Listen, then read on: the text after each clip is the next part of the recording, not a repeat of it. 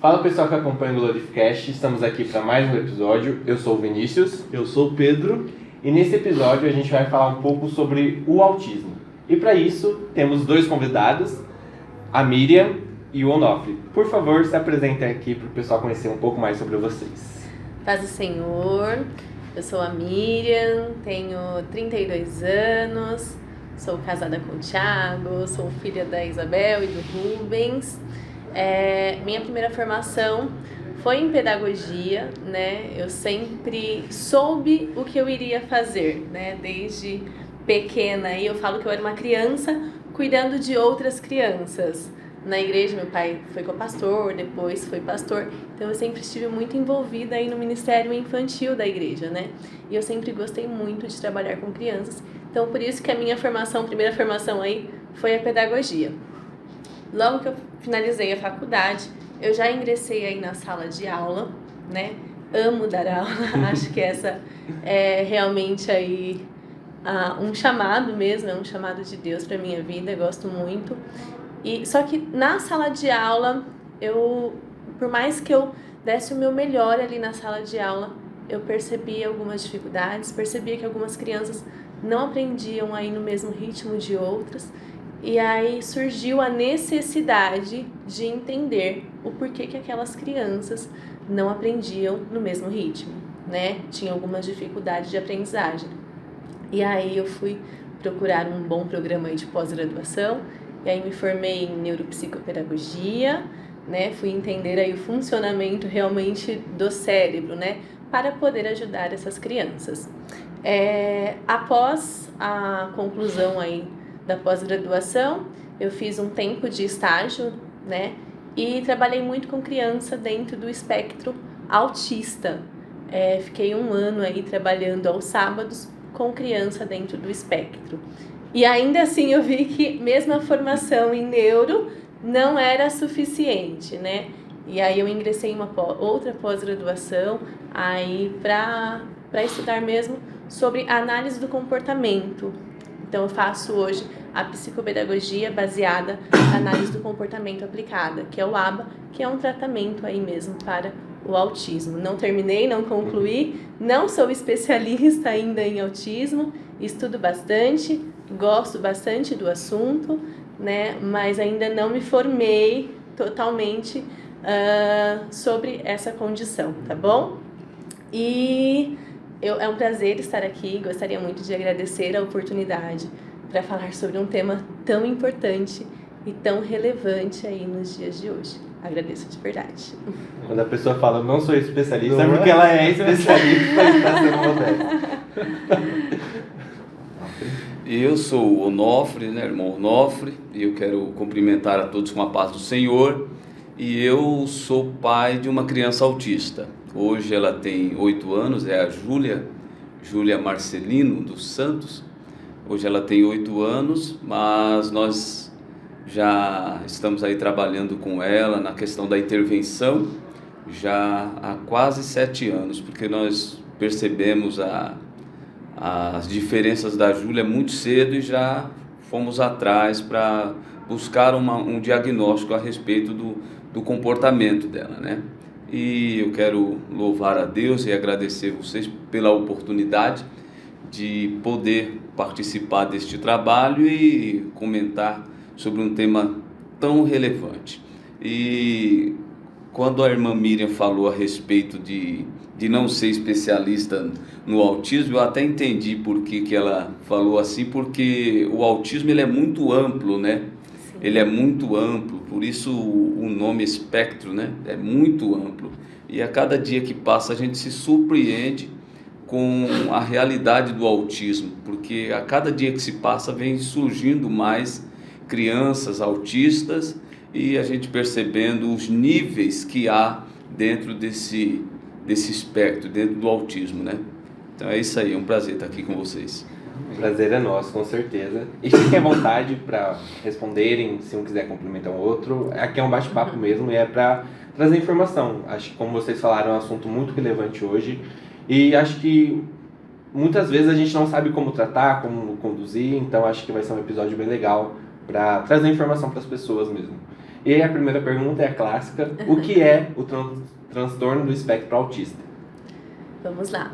O transtorno do espectro autista, de acordo aí com o DSM-5, DSM é o Manual Diagnóstico de Transtornos Mentais, utilizados aí por médicos, neurologistas, psiquiatras do mundo inteiro. Eu brinco que é a Bíblia dos psiquiatras, né? Ele fala que o transtorno do espectro autista é um transtorno do neurodesenvolvimento, ou seja, do desenvolvimento do cérebro, tá? Para nós sabermos aí o que é um transtorno, nós precisamos diferenciar o transtorno de doença, né? O autismo não é uma doença. Por que o autismo não é uma doença? Porque o autismo não tem uma etiologia, ou seja, ele não tem uma causa específica. Ele não tem um agente causador, assim como na doença. Por exemplo, o Covid. O Covid, a gente sabe aí o que causa o Covid. É um vírus. O que esse vírus causa? Ele causa aí inflamação nas vias respiratórias, né? E aí, então a gente tem tratamento, tudo certinho. O transtorno não tem essa etiologia, não tem um agente causador, tá bom? De acordo então com o DSM-5, é um transtorno do neurodesenvolvimento, né? E causa aí prejuízos na comunicação, interação social e nos comportamentos também restritos e repetitivos, tá? O autismo nós temos aí 3 níveis de suporte. Antigamente lá se falava leve, moderado e severo, né? Depois dessa atualização, no DSM-5, nós falamos níveis de suporte. Então, nós temos o nível 1, o nível 2 e o nível 3 de suporte. O que isso quer dizer? Quanto de suporte aquela criança vai precisar, tá? Criança com nível 1 de suporte, ela precisa de um suporte em algumas tarefas do dia a dia, claro, mas não tanto. No nível 2, vai precisar de um suporte aí substancial. E no nível 3, ela vai precisar de um suporte muito substancial para tarefas aí simples do dia a dia. Tá bom? E é interessante que essa realidade, essa diferença de níveis, você vai lidar com ela, como é que eu posso dizer? Aonde você vai, por exemplo, a Miriam que é da área da saúde, né, atua direto com essa área, ela vai lidar com esses 3 níveis continuamente. Tem muitas crianças que são de nível 1, outras que são de nível 2, outras que são de nível 3, e é interessante como nós lidamos com essas crianças o tempo todo. Tem criança que você olha para ela assim e você fala, não, essa criança aqui não tem nada, porque não tem uma fisionomia, o autismo não tem uma fisionomia. Exatamente. Não tem, você vai olhar, por exemplo, se a Júlia chegar aqui, você vai olhar para ela e você não vai falar que ela é uma criança autista, a menos que você tenha já convivido com ela e passado algumas horinhas, uma meia hora, uns 40 minutos, 1 hora, aí você vai perceber, porque é comportamental.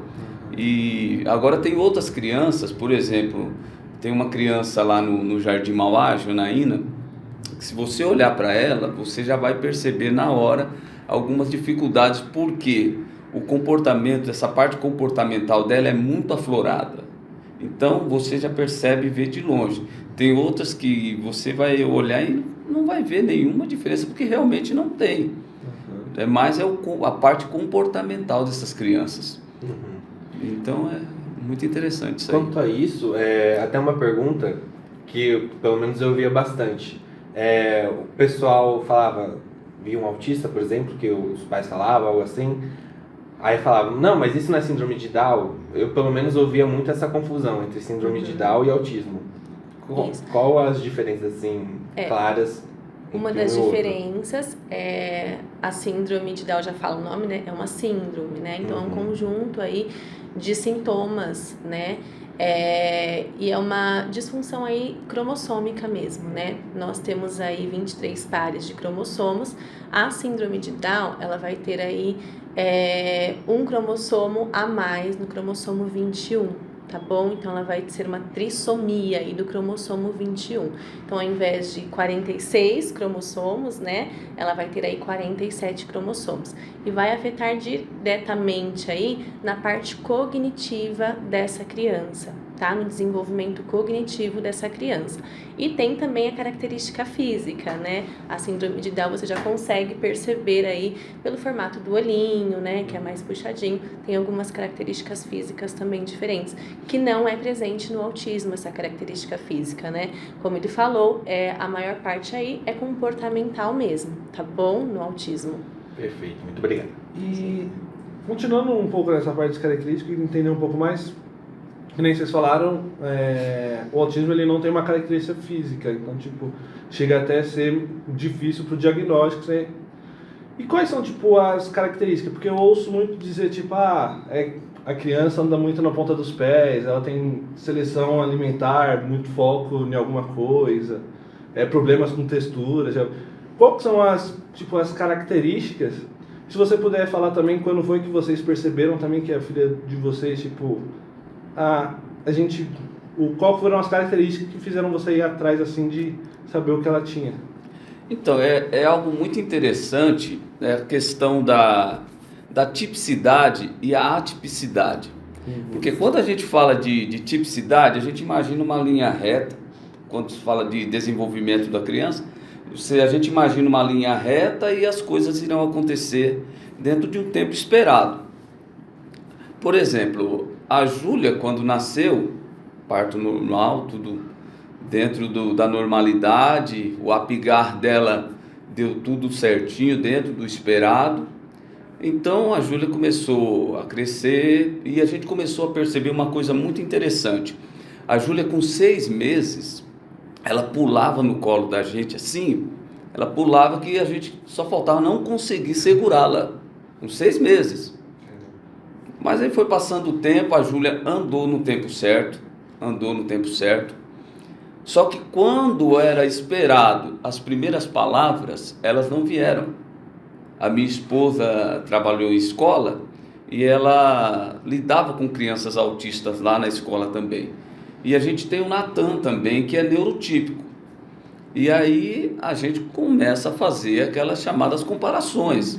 Então a Sheila, minha esposa, começou a fazer a comparação. Peraí, a Júlia está tendo atraso na fala. E ela falava para mim, Onofre, a Júlia está tendo atraso na fala. Eu falei, então vamos observar, vamos ficar atento. Aí ela começou com os movimentos repetitivos, estereotipias. Ela agitava muito a mão. E a Sheila começou a falar, Onofre, isso não é normal. Eu falei, então vamos acompanhando. Quando a Júlia tinha por volta de 1 ano e 4 meses, aí nós conseguimos marcar uma consulta com a neuropediatra. A neuro fez um teste com ela, ela respondeu ao teste e em seguida ela falou, olha, vamos acompanhar. E aí continuamos acompanhando. Depois de 3 meses, mais uma consulta, ela antes havia dito que com 1 ano e 6 meses a Júlia teria que falar alguma palavra. E isso não aconteceu. Não aconteceu e as estereotipias elas ficaram mais fortes ainda. Ficaram mais nítidas ainda. Outra coisa que chamou-nos a atenção, nós falávamos com ela e ela não olhava para nós. Chamávamos Júlia e ela não manifestava nenhuma atenção. E nós chegamos até a achar que ela tinha problema de audição. Mas aí, uma coisa interessante, quando nós ligávamos a televisão, se ela estava no quarto, ela vinha para a sala e olhava para a televisão. Então aí nós já percebemos, não tem problema de audição não. E aí nós fomos por esse caminho e chegamos com 1 ano e 8 meses ao diagnóstico da Júlia. Nossa, foi cedo, né? É muito importante bem cedo, muito cedo. Tem o diagnóstico assim rápido, para você já entrar com o tratamento, né? Essa primeira fase, essa primeira infância, ela é importantíssima. O cérebro é uma esponjinha aí nessa primeira infância, né? A gente chama de neuroplasticidade, que é a capacidade do cérebro de se desenvolver. Então, na primeira infância, as janelas, a gente chama de janelas de oportunidades, elas estão escancaradas, né? Então, a partir do momento que a gente vê um comportamento aí atípico, a gente já precisa procurar um especialista da área já para entrar com tratamento. Nem sempre o diagnóstico vai sair rápido, às vezes é demorado, né? Principalmente se for um nível 1 de suporte, que não tem tantos comportamentos assim, a gente chama de disruptivos, ou estereotipados, então no nível 1 de suporte é mais difícil sair aí o diagnóstico. Então é muito importante que qualquer sinal de atraso nos marcos do desenvolvimento daquela criança, os pais já procurem aí um especialista, né? Nós temos, igual ele falou, nós temos alguns marcos do desenvolvimento, né? O linear ali que ele diz. Então, por exemplo, uma criança com 6 meses, ela já precisa balbuciar algumas palavrinhas, ela já precisa sentar com certa firmeza, né? Com 1 ano e meio aí, ela precisa falar pelo menos de 15 a 20 palavras, né? Então, tem todo um marco do desenvolvimento. Se aquela criança não está dentro do esperado, dentro desse marco esperado, é muito importante que as famílias procurem um especialista, tá bom? Para já começar aí a intervenção. Quanto antes a gente inicia a intervenção, maior o desenvolvimento daquela criança, tá? Vocês perguntaram também sobre as características, né? No DSM-5, nós temos 2 critérios de avaliação aí, né? De diagnóstico. O primeiro, então, é uma dificuldade na comunicação e interação social, né? Então, o primeiro critério A vai falar sobre a parte de comunicação e interação.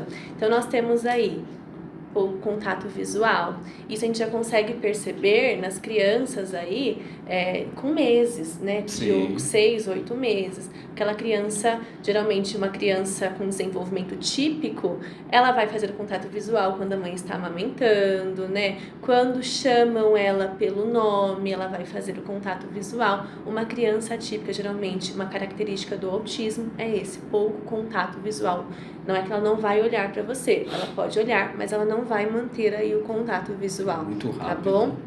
Outra característica aí também na primeira infância é essa parte de atenção compartilhada. Por exemplo, eu estou compartilhando aqui a atenção com vocês 3, né? A criança neuroatípica, ela não vai ter aí essa atenção compartilhada. Por exemplo, você tá com uma criança no colo, né? E aí chega uma outra pessoa para brincar com aquela criança.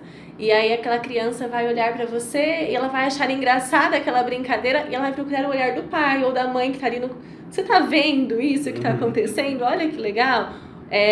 Ou chega uma pessoa, né? Aí você olha, chega uma pessoa ali na porta, você vai olhar para a porta, geralmente a pessoa que está com você também vai ter esse olhar aí. A criança atípica, geralmente uma característica do autismo, também não vai ter essa atenção compartilhada, tá bom? Ela dificilmente vai compartilhar interesses também. Tem um brinquedo muito legal aqui, olha esse brinquedo, né? Você não vai falar, mas vai mostrar ali para você aquele brinquedo. Geralmente uma criança também dentro do espectro, ela não vai compartilhar interesses. Ela não vai procurar interagir com outras crianças que estão ali. Então ela vai querer brincar aí do jeitinho dela, às vezes vai ficar um pouco mais isolada, né? Dificuldade em compreender a linguagem não verbal. O que é a linguagem não verbal? Fisionomia, né? Você olha assim, poxa, tá brava, né? Ela não vai entender aí essa linguagem, vai ter uma dificuldade na compreensão aí dessa linguagem não verbal. E um dos principais motivos aí, né, para a descoberta do autismo, geralmente os pais procuram por conta do atraso realmente na fala, né? Mas às vezes esse atraso que a gente precisa de entender, esse atraso às vezes não é só na fala, às vezes é na comunicação. Às vezes a criança pode até falar várias palavrinhas aí dentro do marco esperado, e fala 15 palavras, tudo bem, mas ela é uma comunicação funcional, né? Ela está querendo compartilhar ali a comunicação precisa acontecer pelo menos aí entre 2 indivíduos, né? 2 ou mais. E às vezes não, ela está falando, repetindo aí palavras, mas ela não está tentando se comunicar com você, tá bom? O que acontece também aí na primeira infância, a gente tem várias podas neurais. O que são podas neuronais aí? A destruição de alguns neurônios, e isso precisa acontecer para o nosso cérebro se desenvolver, né? E na primeira infância acontece aí uma grande poda neural, entre 1 a 3 anos de idade vai acontecer uma grande poda neural. Né? Então às vezes a pessoa fala, mas ele falava várias palavrinhas, e de repente para de falar, não fala mais nada, né? Geralmente por conta aí dessa grande poda neural. É por isso que nós precisamos entrar aí o quanto antes com a intervenção, né? Para nós fortalecermos aí esses neurônios que são tão importantes na linguagem, na comunicação. Então, é muito necessário aí a intervenção precoce, tá bom? O diagnóstico e a intervenção precoce. E no critério B, falamos sobre o critério A, que é sobre aí a parte de comunicação e interação social. No critério B também nós temos aí alguns sintomas, né? E aí vai falar sobre comportamentos restritos e repetitivos. E aí o que ele falou, onde entra aí as estereotipias, né, que a gente chama o flapping, ou bater palma, ou fazer algum movimento, ficar circulando, correndo aí em círculos, né, nós temos várias estereotipias. A Júlia, por exemplo, meu Deus do céu, a Júlia, hoje, graças a Deus, diminuiu bastante. Mas a Júlia, por volta dos 3, 4 anos, a Júlia não parava. Ela andava para lá e para cá, corria para lá e para cá. Eu falei, meu Deus do céu, mas isso não vai diminuir, não? É porque ela não parava. E outra coisa interessante, a Júlia, se deixar, ela canta o tempo todo. Ai, que lindo. Hoje diminuiu por conta, ela faz musicoterapia, e na musicoterapia trabalha essa questão da hora de cantar. Agora é hora de cantar, agora não é hora de cantar. Mas a Júlia, se deixar, ela canta o dia todo. E eu não sei como é que não dói. Acho que deve doer. O maxilar, sei lá. Mas ela, se deixar, ela canta o dia todinho. E ela canta em inglês, ela canta em espanhol, ela canta em português. É muito interessante.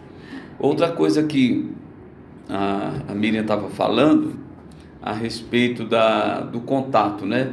Da interação social. A Júlia, agora que ela está começando a se interessar por interagir com outras crianças.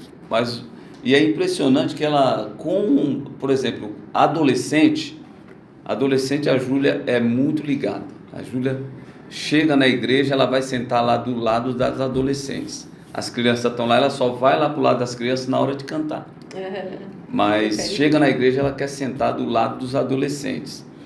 E são coisas que a gente fica assim, meu Deus, mas que mistério é esse? Geralmente as crianças querem brincar com crianças, né? A Júlia não, a Júlia quer estar com os adolescentes. Agora que ela está começando a se interessar por brincar com outras crianças. Ela tem um priminho que outro dia eles estavam brincando os dois. O priminho dela tem 3 anos. E estavam brincando os dois. Então isso a gente que lidar com ela e ver toda essa dificuldade que ela tem de interação social, quando a gente vê isso, a gente se alegra muito, né? Exatamente. A gente se alegra muito. E como ele falou, a Júlia já faz os tratamentos desde pequena, né? Então, olha a evolução, né? De agora ela conseguir aí brincar, interagir com outras crianças. Isso é um avanço muito grande para as pessoas que estão dentro do espectro, né? Essa parte de interagir mesmo, de trocar informações, sim, é uma conquista muito grande, né? Nós temos aí, a maioria das crianças autistas, elas vão brincar de uma maneira que não é funcional, né? Então ela pega um carrinho, por exemplo, ao invés dela fazer, né, vou lá colocar o carrinho, vou fazer pistas, vou brincar ali de uma maneira funcional, às vezes não, a criança autista ela vai pegar um carrinho e ela vai ficar olhando a rodinha, vai ficar girando a rodinha, ou vai ficar enfileirando aquele carrinho, né, e não vai brincar de uma maneira funcional aí, às vezes até é difícil também a interação por conta disso, porque ela quer brincar do jeito dela, tá bom? E a questão do tratamento, ele é pra ajudar, certo? E ele pode fazer, diminuir o estágio, a criança nasceu no estágio 1, nível 2 1, e 2, 3, 3, né? isso. Ela nasceu no 2, ela pode ir com 3, se não fazer o tratamento pode piorar. Sim, isso acontece muito, né? O tratamento que nós mais utilizamos aí, que nós temos base científica, é o ABA, né? O ABA, ele já é uma ciência. E aí o ABA é a sigla para análise do comportamento aplicada, que vai trabalhar aí diretamente no comportamento daquela criança, né? Eu vou diminuir aquele comportamento, um comportamento disruptivo, por exemplo, ou eu vou aumentar um comportamento positivo. Então eu trabalho aí nos antecedentes. O que causa aquele comportamento, né? É um comportamento bom? Então eu vou ver o que causou aquele comportamento e eu vou reforçar aquele comportamento. Ou é um comportamento disruptivo, positivo, eu preciso anteceder para que não aconteça novamente. Então, a análise do comportamento aplicada, ela vai trabalhar diretamente aí, ela está relacionada diretamente aí ao comportamento daquela criança, tá bom? Não tem uma medicação própria para autismo, nós não temos. Nós temos algumas medicações que vai tratar os sintomas do autismo ou às vezes alguma comorbidade, que é muito comum também a criança autista aí ter alguma comorbidade, o TDAH, né, uma descalculia ou uma deficiência intelectual, né, e aí os remédios, as medicações vão entrar aí para esses sintomas, às vezes a questão de irritabilidade, né, da ansiedade ou um distúrbio do sono, então o medicamento vai tratar esses sintomas, mas não propriamente o autismo, tá bom? E essa questão da medicação, ela é um tanto complexa, porque não tem tantos remédios para tratar esses sintomas, e os que tem, às vezes serve para um e não serve para outro. A Júlia, por exemplo, ela toma risperidona. Aí, por conta da agitação, da hiperatividade, o doutor colocou para ela o Ritalina LA, que tem uma ação prolongada. Só que o Ritalina para ela não caiu bem. Ela ficou irreconhecível. Se você perguntar para sua mãe, você é filho da Léa, não é? Se você perguntar para ela, até lá na escola ligaram lá em casa e falaram: Sheila, tem que vir pegar a Júlia aqui urgente, porque ela está irreconhecível, não é a Júlia, o que está acontecendo com ela? Quando fez a substituição do risperidona pela Ritalina, não caiu bem para ela. Aí depois que nós voltamos no médico e falamos: olha, o Ritalina provocou isso nela. Aí o que a médica fez, doutora Cíntia? Ela pegou e falou: ó, nós vamos aumentar a dose do Ritalina. Qual que é a dosagem dela hoje? Que ela toma? Ela toma 0,25 de manhã e 0,25 à noite. Isso aí é muito pouco para ela, a doutora falou. É muito pouco. Aí passou para ela 0,5 de manhã, 0,5 à tarde e 0,25 à noite. Mudou a criança. Mudou a criança. Hoje na escola ela tem mais foco, tem mais atenção. E teve um outro, agora eu não me lembro o nome do remédio também, que nós tentamos com a Júlia. Foi feito até em farmácia de manipulação. O efeito foi totalmente reverso. Ao invés dela ter atenção, concentração, ficou pior. E negócio complicado mesmo. Acontece muito. Nós não temos muitas medicações para trabalhar esses sintomas, né? A Júlia tem o TDAH, né? Tem, também, TDAH e comorbidade. Então, transtorno, déficit de atenção e hiperatividade. Então, geralmente nós temos a medicação para trabalhar aí essas questões, a parte da atenção, a parte da hiperatividade, mas às vezes outros sintomas acabam aflorando aí com essa medicação também, né? Então, é uma área bem difícil ainda, mas tem muitos estudos, né? Tem muita gente tentando fazer acontecer, né? Gente procurando realmente aí novos meios, novas medicações. O estudo no âmbito do autismo, ele cresceu muito. Então, acredito que mais para frente aí nós teremos maiores condições, né? Mais medicamentos aí no mercado.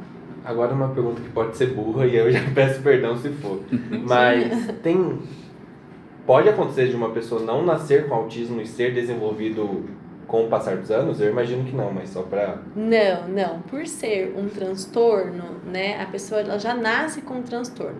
A gente já sabe algumas causas aí, o que pode causar o autismo. Igual eu falei, não é uma etiologia porque não tem uma causa específica. Mas, por exemplo, a maior parte aí, mais de 30%, a gente sabe que é genético, né? São os genes aí, ou do pai ou da mãe, que pode causar essa mutação e pode causar o autismo. Ou também causas ambientais, mas aí não é um ambiente externo, é um ambiente intrauterino, né? Às vezes aquela aquela mulher foi medicada com ácido valproico, que a gente já sabe que tem relação, né? A idade dos pais também está bastante relacionado aí, pais que têm uma idade mais avançada, que têm filhos, a gente já sabe também que pode causar, né? Mas a maior parte aí a gente sabe que é causa genética. A gente sabe que tem mais de 1000 genes hoje em estudo que causam o autismo, né? Caramba. Que estão relacionados aí ao autismo. Tem um... Peraí. Não quer ser burro igual a mim, né? Longe de mim. Eu vi cara. você indo na minha pergunta, viu, senhor? Mas fazem muito essa pergunta, principalmente na época de celular, né? Aham. Hoje, tudo tecnologia, criança hoje praticamente o tempo inteiro com Sim. celular. E muitas pessoas falam sobre isso, né? Então é um mito. Fica muito no celular, causou autismo. Não, gente. Uhum. Criança já nasce com essa condição, tá bom? Obrigado, menino. Não, uma coisa que eu já ouvi falar é que às vezes, tipo, uma coisa que estão estudando, até não sei se é verdade, se é uma fake news que o cara Nossa. né? É sobre alimentos industrializados. É verdade isso? Que, tipo, suspeitam que pode ser alguma coisa desse tipo? Tem vários estudos relacionados sobre alimentação, sobre o lugar que essa criança... Né? Tem muitas fábricas, tem vários estudos, mas nada comprovado ainda, tá bom? Uhum. O que a gente sabe realmente, que a gente já tem a confirmação ali científica, é que o autismo, a maior parte é causado pelos genes, né? Ou também a parte ambiental, mas intrauterina. Às vezes a criança com sofrimento fetal, prematuridade, tá bom? Agora, a gente sabe que um momento difícil para muitas famílias é quando vem o diagnóstico. E aí eu queria ver com vocês, acho que o Onofre sentiu na pele como Sim. foi, e acho que a Miriam já ajudou muitas famílias que vêm talvez desesperados, falando, nossa, meu filho foi diagnosticado. Como é esse momento para você que viveu e para você que provavelmente já deu suporte para essas famílias? Sem dúvida, quando nós, os pais, recebem o diagnóstico de um filho autista, a princípio é um susto muito grande, né? Porque o desconhecido, na verdade, ele traz um certo medo, um certo susto.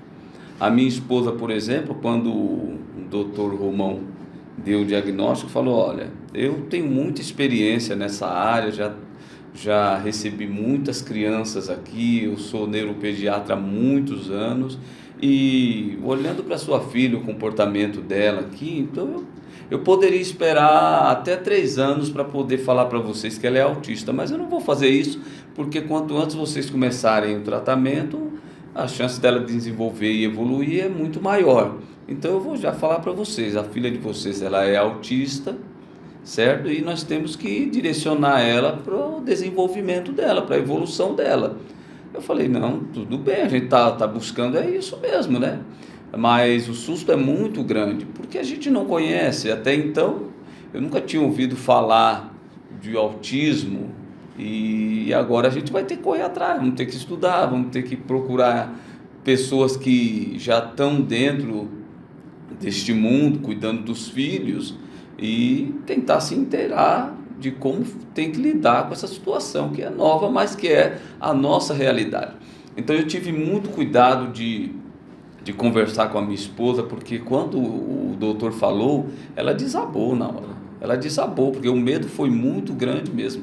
Ela saiu do consultório, entrou no carro e começou a chorar. Eu falei, calma, vamos batalhar, é a nossa realidade. Até antes da Júlia nascer, a nossa realidade era uma. A Júlia nasceu, mudou a nossa realidade. Mas nós temos Deus, né? Vamos orar e vamos fazer o que nós temos que fazer. Não vamos entrar em desespero, não. É o que eu falo sempre, né, para os pais de pacientes que eu já atendi. O diagnóstico, ele não é a linha de chegada, ele é o ponto de partida, né?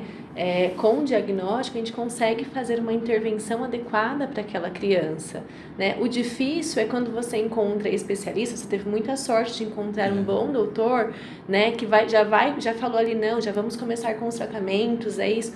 A maioria, quando você chega, às vezes não tem tanto conhecimento sobre essa condição. Ela fala, não, mãe, isso é coisa da sua cabeça. Olha, minha criança não fala, né? Meu filho não desenvolve. a comunicação. Não, mãe, coloca na escola que vai resolver. Não, mãe, volta daqui 6 meses que vai resolver. E 6 meses é um tempo muito grande para uma criança, né? Aquele tempo que seria rico ali para intervenção mesmo. E muitos especialistas falam isso. Não, volta daqui 1 ano, volta daqui 6 meses, a gente não pode fechar o diagnóstico agora. Tudo bem, não pode fechar o diagnóstico, mas já entra com a intervenção. É na questão da fala? Já vamos procurar um fonoaudiólogo para ajudar. É na questão motora? Já vamos procurar aí um psicomotricista também para ajudar, um fisioterapeuta. Então, é importante aí que os pais entrem com a intervenção logo que percebam alguma dificuldade do filho, tá bom? E acontece muito isso em casa também. Quando a mãe percebe alguma coisa, né? Às vezes, geralmente a mãe, eu falo a mãe porque é geralmente a mãe que está mais ali próxima o tempo inteiro do filho, e aí tem aquela discussão entre o casal também. Não, é coisa da sua cabeça, deixa a criança, eu era assim, né? E aí tem alguns conflitos, muitos conflitos em casa também, né? E a gente ouve bastante, ouvi muito, minha esposa ouviu muita gente. Falava, não, daqui a pouco isso vai passar, isso aí daqui um tempo, isso aí é atraso de fala, é atraso, é só um atraso. E esse atraso aí, se a gente não vai atrás, não via resultado algum. A Júlia, quando ela começou com a intervenção, a Júlia fazia 28 terapias por mês, quando nós começamos. Agora, imagine uma criança de 2 anos numa maratona dessa. A gente imagina a criança lá com 2 anos brincando, né? Se divertindo, fazendo amizade e tal. E a Júlia não, a Júlia com 2 anos de idade ela fazia 28 terapias por mês. Então aí você vê a correria da gente, os custos também são muito altos e nem todos os pais de autista têm acesso a uma intervenção, porque os custos não são baixos, são custos altos. E isso é um ponto que precisa muito melhorar, porque parece que não, mas para o autista tudo é mais difícil, tudo é mais intenso. Então, isso aí é uma coisa que as pessoas, eu acredito que isso vai mudar porque a expansão demográfica dessa classe de pessoas está aumentando a cada dia, então vai ter que ser feito alguma coisa. O último CDC, né, que é o Centro de Controle de Estatística de Doenças dos Estados Unidos, ele fala que nós temos aí 1 a cada 36 crianças nascidas aí são autistas, né? E é um número gigantesco. Lá em 2000 nós tínhamos 1 a cada 150. E o último CDC, 1 a cada 36. Provavelmente esse número só vai aumentando. Então, é necessário realmente criar aí políticas públicas, né, para que essas crianças tenham acesso ao tratamento, tenham aí a inclusão, a acessibilidade nos espaços públicos, nas escolas, nas igrejas, né, em todos os âmbitos aí. Então, essa criança precisa de tratamento. Então, é necessário aí criar políticas públicas, né. E a Miriam abordou um ponto aqui agora muito importante, que é a intervenção da igreja nessa área. Porque nas nossas igrejas tem pessoas com surdez, pessoas mudas, pessoas com dificuldade motora, e nós temos trabalhado, a igreja tem trabalhado para atender todo esse público. Mas o autismo, eu não sei, que parece que falou 3, né? Aqui na sede, 3 crianças com diagnóstico. Mas se nós formos olhar ao nosso campo é um campo grande, graças a Deus, e tem vários irmãos e irmãs que são da área da saúde, e tem crianças em todas as nossas congregações. Se nós formos lá olhar, vai ter uma criança autista, uma criança com síndrome de Down, uma criança com TDAH. Então, a igreja ela tem um papel muito importante dentro desse trabalho. E, por exemplo, lá no Jardim Mauá, estava falando para a Miriam, lá hoje nós temos 5 crianças com diagnóstico fechado de autismo. Tem nível 1, tem nível 2, tem nível 3, e as crianças estão lá e as irmãs estão trabalhando. Nós temos lá como coordenadora a minha esposa, que é a irmã Sheila, temos a irmã Estela e temos a irmã Suzana, que são as coordenadoras do departamento infantil lá. Então elas fazem um trabalho lá muito importante. Acho que os irmãos aqui tiveram conhecimento desse trabalho que elas estão fazendo lá. Elas promovem palestras, levaram, acho que a esposa do pastor Diego foi lá, deu uma palestra, porque parece que não, mas toda a igreja precisa ter uma conscientização da realidade dessas crianças. Até no dia da conscientização do autismo, foi feito um trabalho lá na igreja e foi colocado um banner com a foto de uma ovelha e aquela representação do autismo, né? O quebra-cabeça e tal. E aí a irmã colocou lá, no rebanho também tem crianças autistas, chamando a atenção da igreja para essa realidade. Porque às vezes acontece de a criança no culto tá correndo, tá, às vezes do nada dá um grito. A Júlia, por exemplo, quando acontecia dela se incomodar com alguma coisa, a maneira dela mostrar que não gostou daquilo que estava acontecendo era gritar e se jogar no chão. E aí, às vezes tinha irmãos que falavam assim, mas essa criança está precisando de umas palmadas, essa criança está precisando de umas palmadas, tem que chamar a atenção dessa criança. E às vezes não é isso, não é que a criança está com birra, está com má criação, não, às vezes é a realidade do autismo ali, né? Isso a igreja precisa ter uma conscientização disso mesmo e trabalhar, porque a igreja tem condições. Sim. Vamos para polêmica então. Eu quero a sinceridade de vocês agora. Você, no começo, hoje, pelo que o senhor fala, o Jardim Mauá abraça a Júlia e todas as crianças autistas, tem um trabalho legal e importante para isso. Mas quando você descobriu esse diagnóstico, a igreja te ajudou de alguma forma, te abraçou, e hoje o que vocês veem que a gente ainda pode melhorar como igreja em relação à estrutura, em relação a todas as coisas que vocês acham que é importante adaptar para quem tem um transtorno de espectro autista? Eu vou revelar uma coisa aqui para vocês que é muito importante, até para os pais que são pais de crianças autistas e têm receio. Eu e a minha esposa, nós conversando, chegamos num consenso. Nós falamos assim, olha, nós não vamos esconder da igreja a nossa realidade. Então, a primeira oportunidade que eu tive, eu falei do autismo da Júlia. Falei, a Júlia, ela é uma criança autista, ela é uma criança que os irmãos vão perceber uma grande diferença com relação às outras crianças.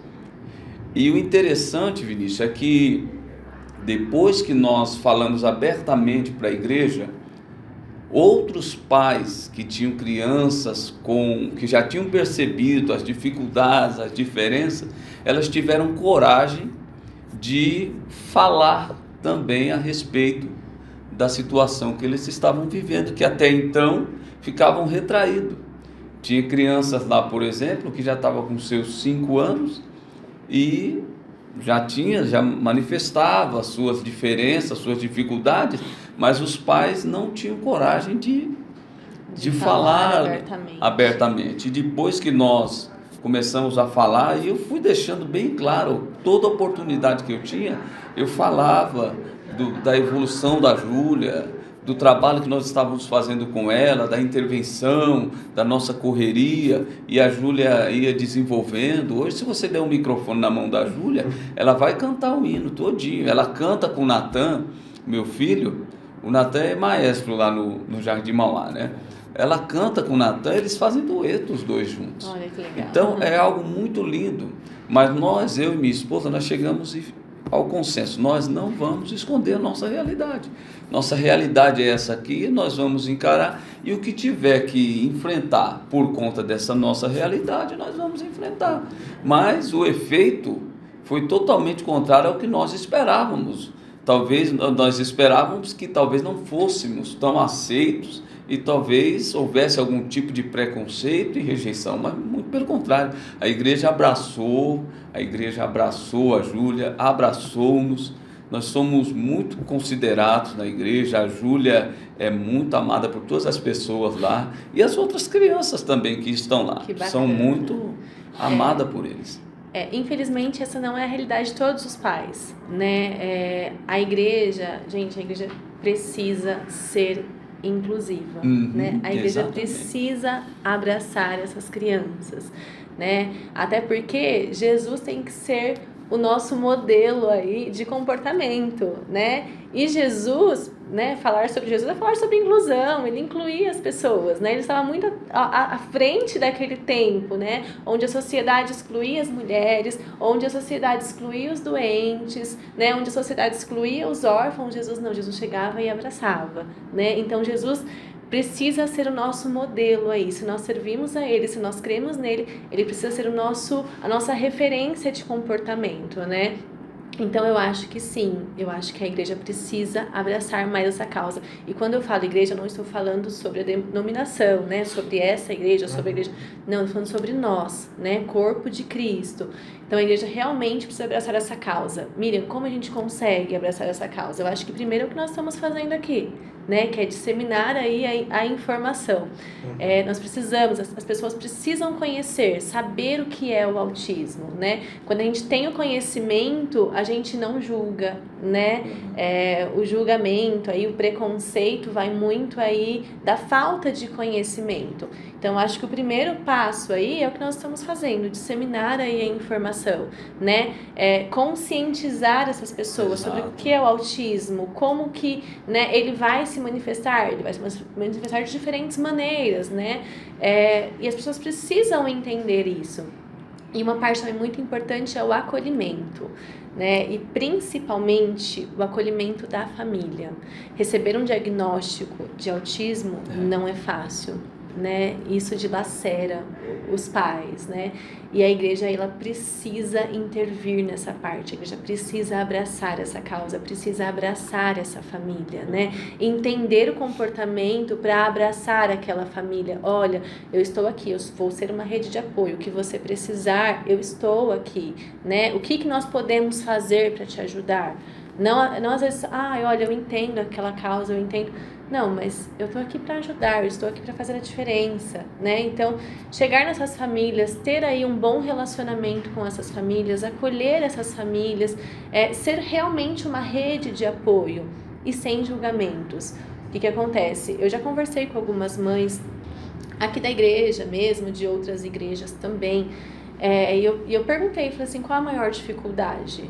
Né? E realmente é essa do julgamento. Às vezes a criança, ela vai ter alguns comportamentos aí, igual eu falei, repetitivos, né? Por conta dessas alterações sensoriais que elas têm. Então, às vezes elas vão pular na igreja, vão correr, vão gritar. E as pessoas precisam entender que aquela é uma condição daquela criança, né? Ela não consegue ser de outra maneira. E aí nós precisamos entender e compreender e abraçar, e não julgar, né? E aí muitas mães falam que realmente quando a criança começa a correr na igreja, né, ou ter algum comportamento aí que não é esperado, aí já começa os olhares, né, não vai fazer nada, nossa, a mãe tá vendo o comportamento do filho e não vai fazer nada, mas não é tão simples assim, né? Então a igreja realmente precisa acolher.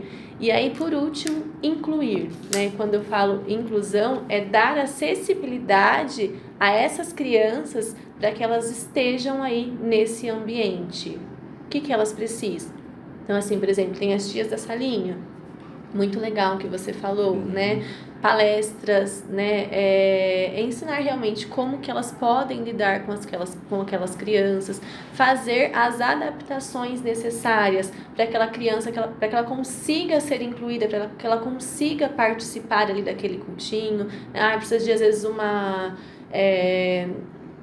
rotina visual ali no cultinho, né? Às vezes a história precisa ser contada de uma outra maneira para que ela entenda, né? Às vezes a gente precisa modificar aquele cultinho para que aquela criança consiga participar. Então nós precisamos fazer também aí as adaptações necessárias, mas para isso nós precisamos de conhecimento e estar abertos também a aprender.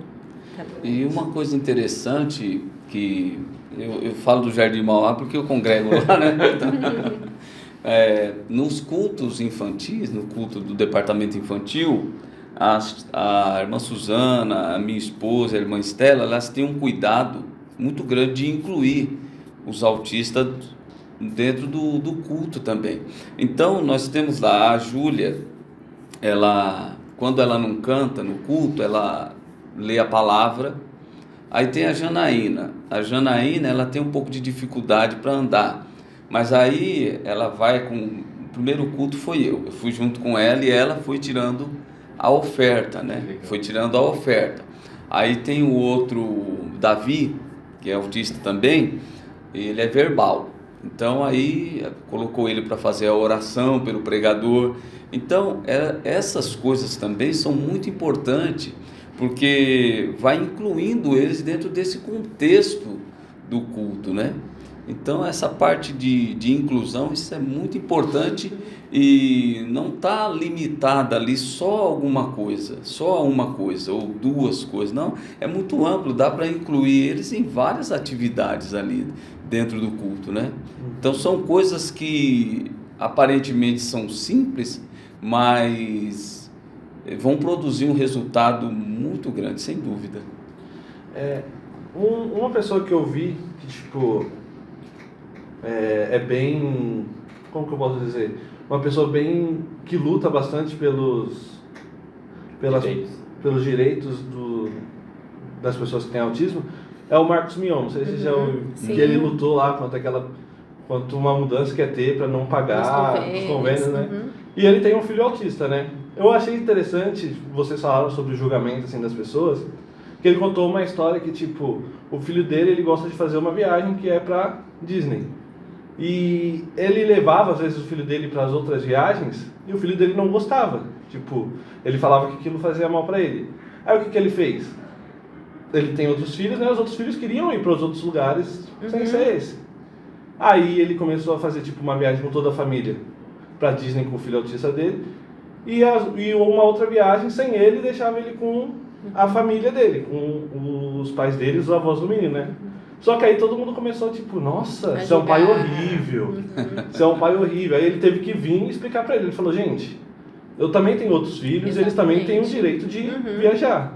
E eu não vou levar o meu filho pra viagem que eu sei que não vai fazer bem pra ele. Vai causar sofrimento pra ele. Ele falou, eu amo muito ele, eu fico triste. Obviamente, eu queria levar ele pra todos os lugares, mas isso não faz bem pra ele. E eu acho que tipo, as pessoas falam muito sobre, não tem que julgar, mas no final as pessoas acabam julgando tipo, sem entender, sem ver a realidade daquela família ali. Exatamente. Cada um é um tipo, né? E tipo, eu acho que falta muita conscientização ainda. Eu não imagino como que deve ter sido na época, porque você falou que foi com 1 ano e 6 meses, né? 1 ano e 8 meses. 1 ano e 8 meses. Como que, tipo, na época ali, o autismo, então, nem era muito... Porque começou agora a alta, né? De uns anos pra cá, se for falar... Naquela época, como que, tipo, era a realidade do autismo? Você sabe? Você lembra, assim? Então, tudo foi muito novo pra gente, né? A gente não tinha nada de conhecimento a respeito do autismo. Nós começamos a ter um pouco mais de contato quando a Júlia começou a fazer o tratamento na clínica em Santo André. Que aí a gente começou a ver que realmente havia um número muito grande de crianças autistas, que até então a gente não tinha noção de nada, né? Não tinha conhecimento de causa. Mas quando nós chegamos lá e começamos a intervenção da Júlia, e aí a gente via aquela multidão de crianças chegando, crianças saindo, crianças chegando, eu falei, meu Deus, mas é muito mais do que a gente imaginava, né?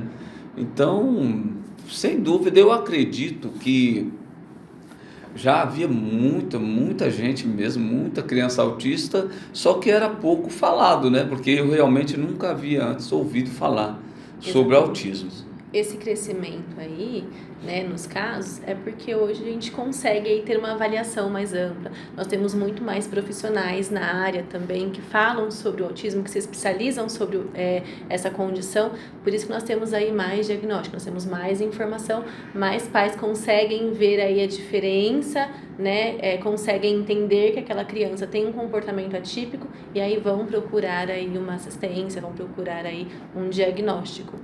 É aquela frase, né? Não é que aumentou os casos, aumentou a consciência e o conhecimento sobre autismo. Então, é uma linha Exato. conectada, né? Então aumenta o número de diagnósticos. E, tipo, falando sobre os diagnósticos em si, tem muitos que acontecem diagnósticos errados ainda, assim, ou não? Infelizmente, sim, né? Às vezes eles acabam, por exemplo, o TDAH tem algumas semelhanças com o autismo também, né? Às vezes a criança é desatenta, às vezes chama pelo nome, a criança não ouve, às vezes é uma questão de déficit de atenção, realmente.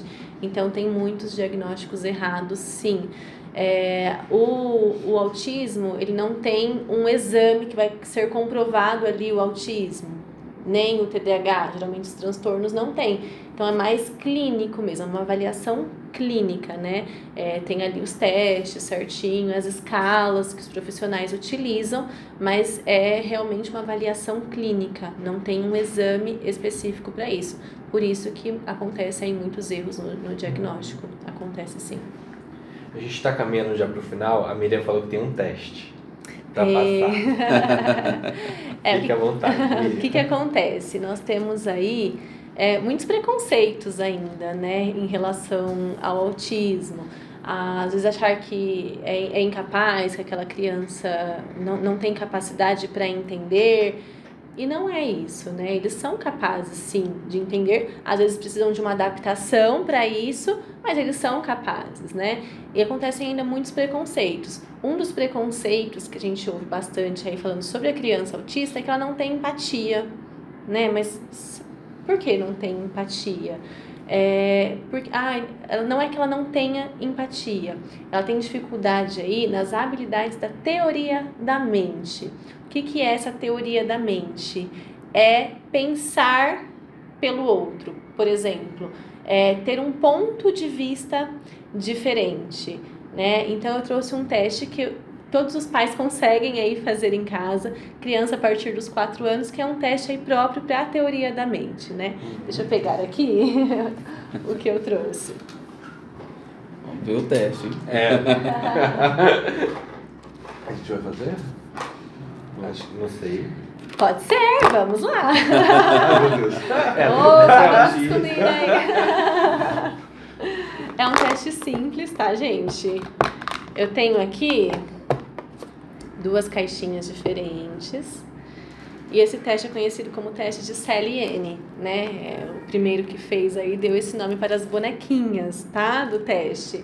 Mas a gente vai usar outro nome, tá bom? Vou colocar o nome da minha mãe e da minha sogra aqui. Maria e Isabel, tá bom? Vamos lá.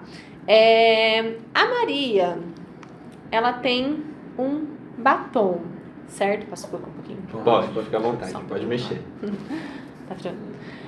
Tem um batom e ela vai guardar nessa caixinha aqui, tá bom? Ela vai colocar o batom dela nessa caixinha, tá? A Maria e a Isabel aqui, certo? Guardou.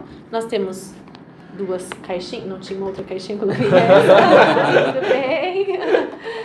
E ela guardou aqui o batom dela, certo? E aí ela vai sair. A mãe dela vai chamar ela, precisou sair um pouquinho, ok? Maria saiu e ficou a Isabel. A Isabel vai lá dar uma olhadinha.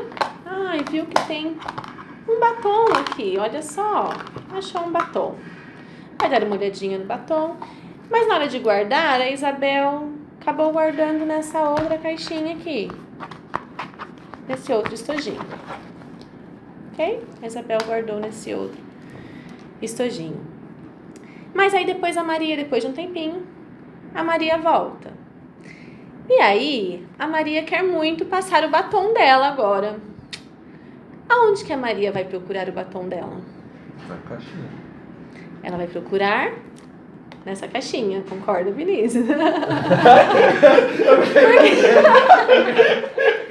Nossa, será que é a caixinha mesmo? Eu tô igual a Glória Pires, não sou capaz de operar. Por que ela vai procurar nessa caixinha? Porque ela guardou na caixinha, né? Porque ela guardou na caixinha. Então, você está pensando pelo ponto de vista da Maria. Por quê? Quando a Isabel guardou o batom nesse outro estojinho, a Maria não estava aqui. Ela não viu. Então, crianças aí típicas, neurotípicas, geralmente ela vai pensar aí pela Isabel. Poxa, mas quando a Isabel guardou a caixinha, ela guardou nessa caixinha, ela não viu quando a Maria trocou de local, né? Geralmente a criança autista, que tem essa dificuldade aí nas habilidades da teoria da mente, ela vai falar que o batom foi guardado aqui. Por quê? Foi o que ela viu, né? Ela não vai conseguir pensar aí como a Isabel pensaria.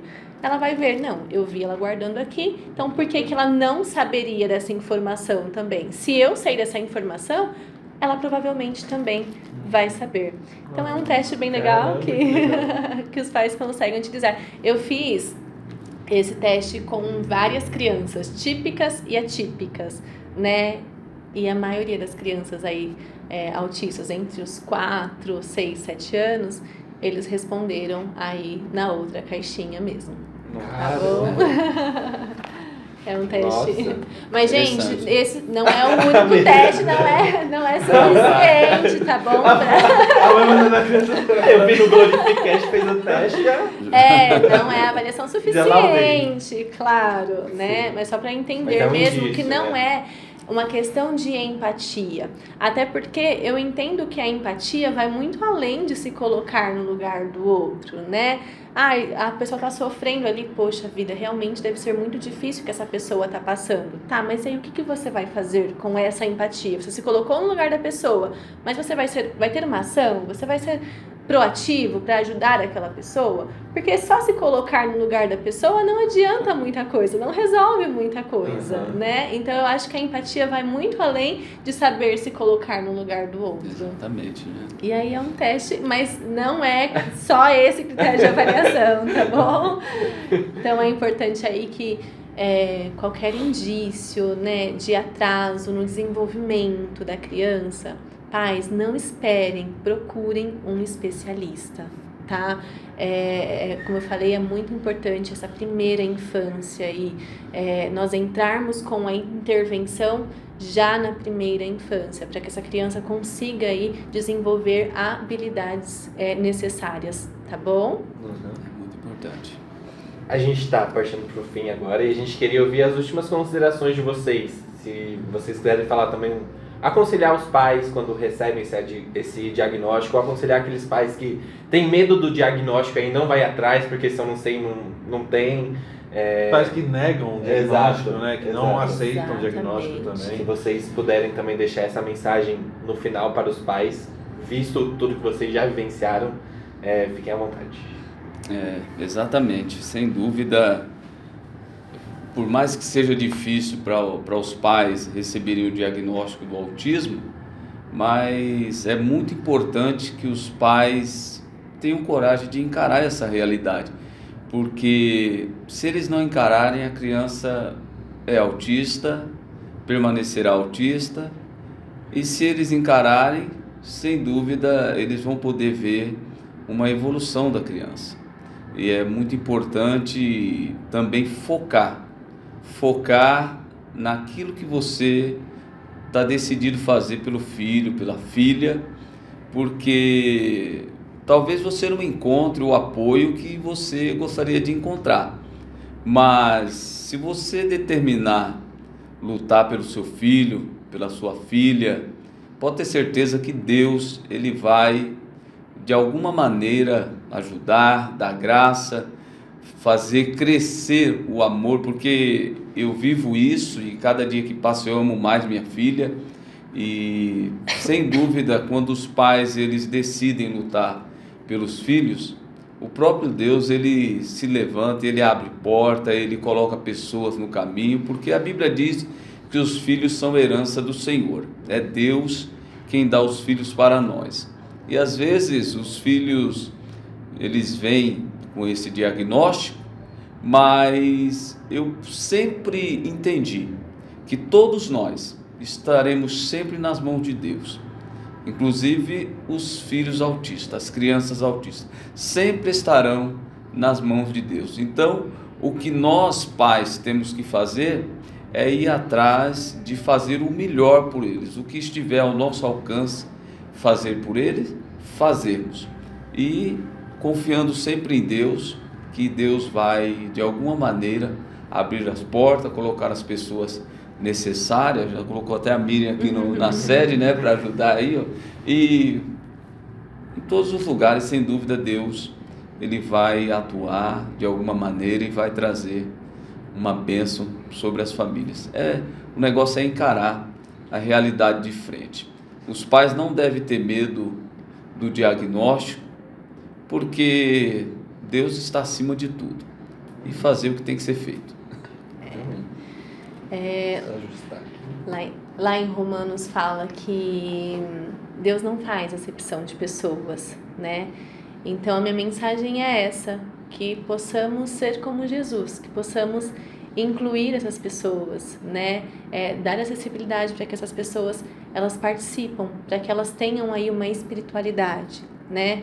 Elas não são incapazes da espiritualidade, elas são muito capazes, né, de entendimento, mas para isso elas precisam ser incluídas, né?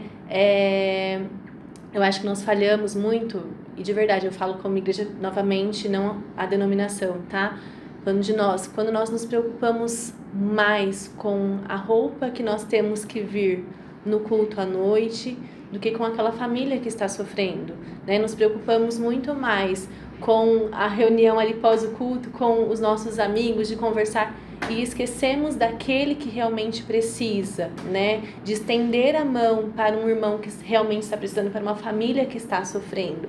Então, nós precisamos aí abraçar essa causa, acolher aí essas famílias, acolher essas crianças, tá? Pais, novamente, não tenham medo do diagnóstico. Não é o final da linha de chegada. O diagnóstico é o ponto de partida, tá bom? Amém, amém. Vocês têm redes sociais, Instagram? Tenho, Miriam Stampini, não falo muito sobre nas redes sociais. Não, porque eu acho importante também, quem está assistindo, se quiser perguntar para alguém, procurar alguém de ter um apoio, a gente vai deixar também no Glorificast o @ de vocês. Estou à disposição. Mas procurem também, a gente sabe que não é fácil esse momento e com certeza eu imagino que vocês dariam suporte para quem procurasse vocês. Com certeza. Também deixo esse recado para vocês, a gente está encaminhando para o fim. Quero agradecer a todo mundo que assistiu esse episódio, todo mundo que se interessou por esse assunto. Peço para vocês compartilharem esse episódio também nas suas redes sociais. Acho que é um tema muito importante. Exatamente. E é um tema que, na minha opinião, na igreja ainda é pouco falado. Pelo menos no ambiente que eu vivo é pouco falado. E é um assunto muito importante, deveria ser mais comentado. Então peço que vocês compartilhem esse episódio também nas redes sociais de vocês. E sigam a gente nas nossas redes sociais. No Instagram, @Glorificast. No YouTube, o canal da igreja e a de Mauá. E também no Spotify como Glorificast. Muito obrigado pela atenção. Curtem, comentem, compartilhem. E até a próxima. Tchau, tchau. Deus abençoe, gente. Deus abençoe. Obrigada.